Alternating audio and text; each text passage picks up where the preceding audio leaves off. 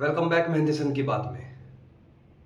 England और भारत के बीच जो पांचवा टेस्ट मैच चल रहा है, इसके दूसरे दिन इतनी सारी रोचक चीजें हुई, वो मैं आपको बताऊंगा। इस पे हम बात भी करेंगे क्या रोचक चीजें हुई। बट तारीफ कर लेते हैं उससे पहले जिसने ये मैच बना दिया है वापस से इंडिया को इस मैच में लेके आए हैं, वो है इंडिया के बॉलर। मैं ये भी बताऊंगा कि मैं इतनी बॉलरों की तारीफ क्यों कर रहा हूं।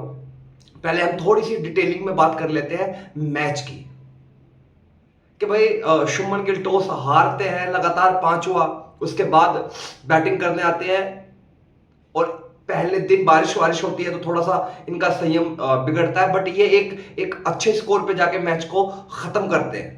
बट जैसे ही दूसरा दिन शुरू होता है, वहां से भारत का एक छोटा सा मिनी कोलैप्स होता है और भारत 224 रन पे ही पूरी टीम आउट हो जाती है। वैसे ये पिच है भी इतनी, बट एक 224 कोई इतना बड़ा टारगेट होता नहीं है। और इंग्लैंड ने क्या किया हुआ, अपना माइंड सेट बनाया हुआ है कि विकेट्स गिरे, प्रेशर आए, कुछ भी आए, उनको थोड़ा सा तेज खेलना होता है। थोड़ा सा वो तेज खेलते हैं तो उनके लिए एक एज है, एक एक फायदा है कि वो बहुत तेजी से रन बनाते हैं और उस टारगेट को अचीव कर लेते हैं।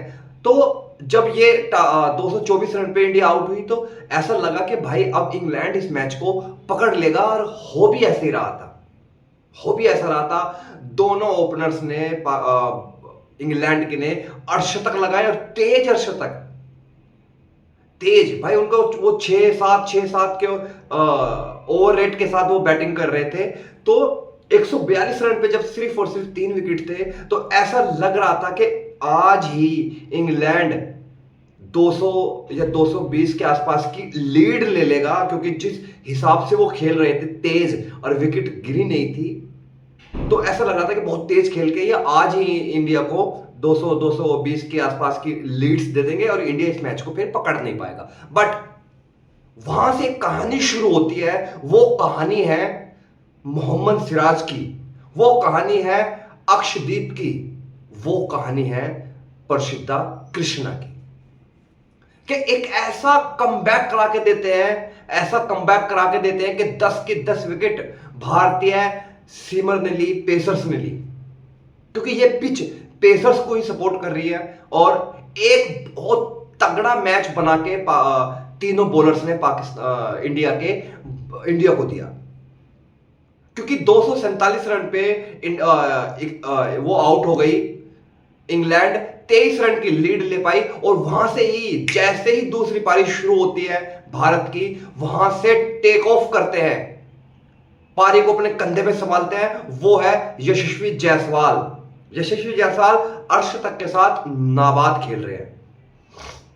हम बात करते हैं भारत की कमियां। वो कमियां ये है कि अभी भारत को और मौके देने चाहिए साई सुदर्शन को, क्योंकि ऐसे छोटे मौके, यार इतने कम मौके पे हम किसी को परख नहीं सकते, किसी को जांच नहीं सकते। इंग्लैंड की सीरीज अगर हम साई सुदर्शन के नजरिए से देखें तो खराब रही।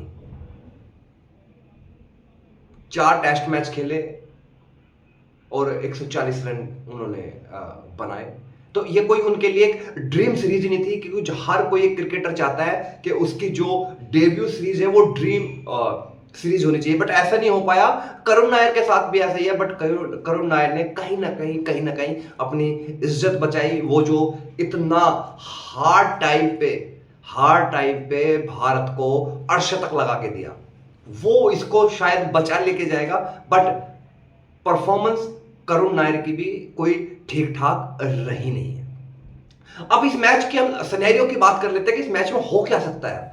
इस मैच में यह हो सकता है कि इस मैच में अब फिलहाल भारत की पकड़ है, और भारत को एक छोटा सा, एक होता है ना, एक छोटा सा एज भी है। भारत को इसका फायदा यह है कि भारत एक टारगेट देगी, और वो होगी इंग्लैंड की चौथी पारी।